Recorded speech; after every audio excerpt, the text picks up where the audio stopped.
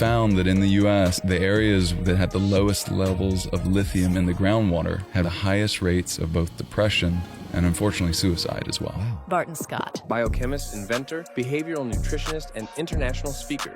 Founder and CEO of Upgraged Formulas. What you're saying is that probably want to test ourselves like every 3 months or so. Yeah. It's a lot like us going on a road trip together. How many times do we look at navigation to get to our destination? Once? Mito is the next keto. So if we can increase the number of mitochondria, that's going to have a profound effect on disease, aging, and day-to-day energy. So we're actually seeing a 300% in 90-day improvement, which is huge for working out and certainly for sex. I'm blown away by what I'm discovering. Yeah.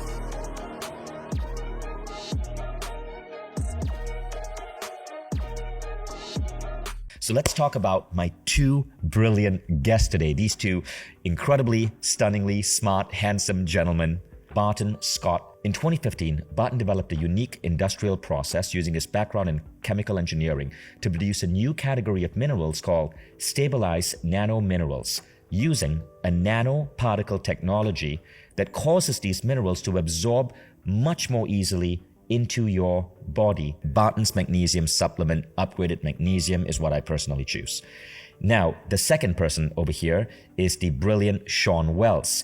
He has formulated and patented 25 novel ingredients, including paraxanthine, theacrine, dynamine, dioleucine, and dihydroberberine. His book, The Energy Formula, has been recognized as a bestseller in multiple categories. And Shawn, you were right here in Tallinn, Estonia, last year from Mind Valley University, giving an incredible talk and got a massive standing ovation. Yes. And I'm so proud to have both of you wonderful people on the Mind Valley Show today. Thank you. I'm excited to be here. We're all friends. This is amazing. Shawn, what are your thoughts on this idea of supplements and personality? So what was going on with me when I noticed my personality changing with 5-HTP and GABA? It's a great point, Vishen. Neurotransmitters are affecting exactly what you were talking about before. So 5-HTP is in that tryptophan, melatonin, serotonin pathway, and GABA is a neurotransmitter as well. GABA is associated with relaxation, serotonin with mood, appetite, these kinds of things. But what's interesting is with depression, we see all the neurotransmitters go down. So that's acetylcholine, norepinephrine, histamine, GABA, serotonin, dopamine. And this whole idea of just serotonin being the only one that matters is deeply flawed. And we've seen two meta-analyses, one in 2017 and one in 2022, that looked at all the studies on SSRIs, the selective serotonin reuptake inhibitors, that are most of the mechanisms for how antidepressants work as far as big pharma.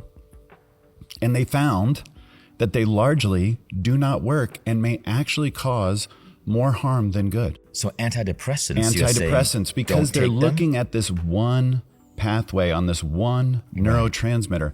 And while that may work short term, there's a cascade that happens, just like with hormones. Like when you take one hormone and you boost that, well, it has a downstream effect on all of them. So what was going on with me when I noticed my personality changing with 5-HTP and GABA? Well, you certainly can have a serotonin deficiency, so it's going to help with that. And it's also going to help with melatonin and your sleep. And for you, maybe that does cascade-wise fix everything. Maybe it is purely a serotonin deficiency for you. That is possible. Right. But it's also in depression, the body is smartly trying to say, hey, too much is coming in. We don't want to feel this much. We're sensing too much. And psychedelics go the opposite direction, where they bring everything online. You feel everything. And you feel everything. Your senses are super heightened. In depression, they're trying to turn everything down and dampen it, because you're traumatized.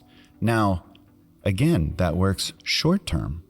Long term, you're experiencing less life and you're going into this depression circle, going downward.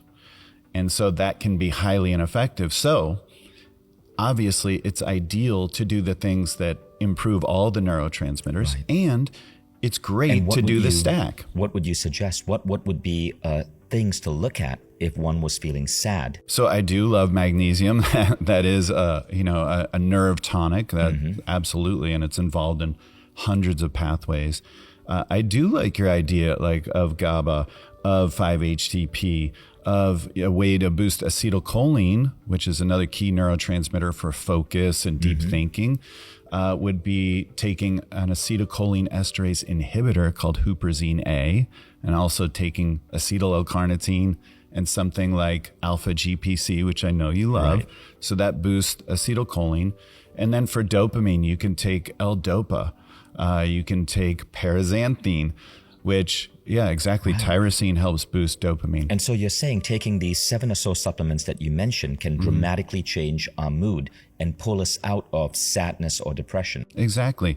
But I do think it's important to do what you did and take one, assess how it works. This is the scientific method, right? And then, maybe a week or two later, take something else. So for someone who's feeling sad, tell us the first, second, third, and fourth that they should try in terms of supplements. Magnesium, 5-HTP. And I think you're right on the money. Magnesium, 5-HTP, and the GABA. I think the GABA is great. Is there a fourth and a fifth? Paraxanthine right. does boost serotonin. And if your energy is low, that's really important. And Barton and I were discussing earlier that ATP is critical for mitochondrial output, right? So the cellular powerhouse, right? We were taught in biology, and we're also taught that there's one of these little organelles in the cell, but that's not true. In the brain, there's many. In the heart, there's up to 5,000. Energy-dependent cells need more ATP and therefore have more mitochondria. So when we're energy depleted, when we don't have enough mitochondria, or when they're not functioning well, we're not making enough energy, we're not feeling good, we're feeling tired. Depression leads into that. So obviously looking at the mitochondria and boosting their function is going to be important. And what as is well. the supplement that does that? Well, So many. Start with magnesium, 5-HTP, GABA, paraxanthine.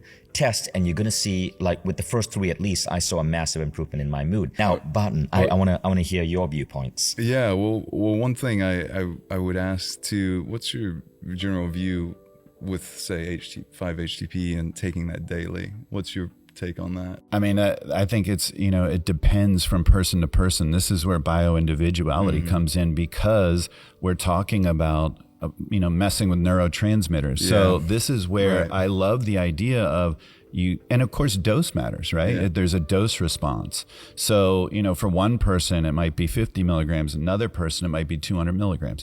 One person, it may be great in the morning. One person, it may be in the evening. But certainly we know that these impact the neurotransmitters. And then if you're taking other ones, it's going to certainly play in. And obviously, if you're taking an SSRI, could have a huge impact. So on the SSRI thing, that's interesting. And my personal belief is, with elements, you're getting those from food. You have to have them some way, shape, or form in your diet. That's just a fact of sort of like E equals MC squared is a fact of physics, and we have facts of chemistry, like the periodic table. I coined this phrase, periodic law, to really exemplify the importance of elements, like that we can for sure take daily. Everyone's biochemistry is going to for sure adapt to that. And you said that this is what mineral deficiency feels like: poor sleep and early death, lack of energy, feeling nauseous. And for those of you who are watching or listening, if you say yes, if you're feeling any of this, this could be a sign of mineral deficiency. Tingling in hands and feet, irregular heartbeats, moodiness, high blood pressure, brittle nails, heart attacks, feeling confused or spacey, flabby or loose skin, cold hands and feet, thyroid issues, hair thinning, bone fractures, impaired vision, headaches and migraines, and fertility issues. A lot of this signal that you have a mineral deficiency. And again, the good news here is that it's not you. Your body is not broken. Your body is simply lacking something that it needs, and it's easy to get this thing.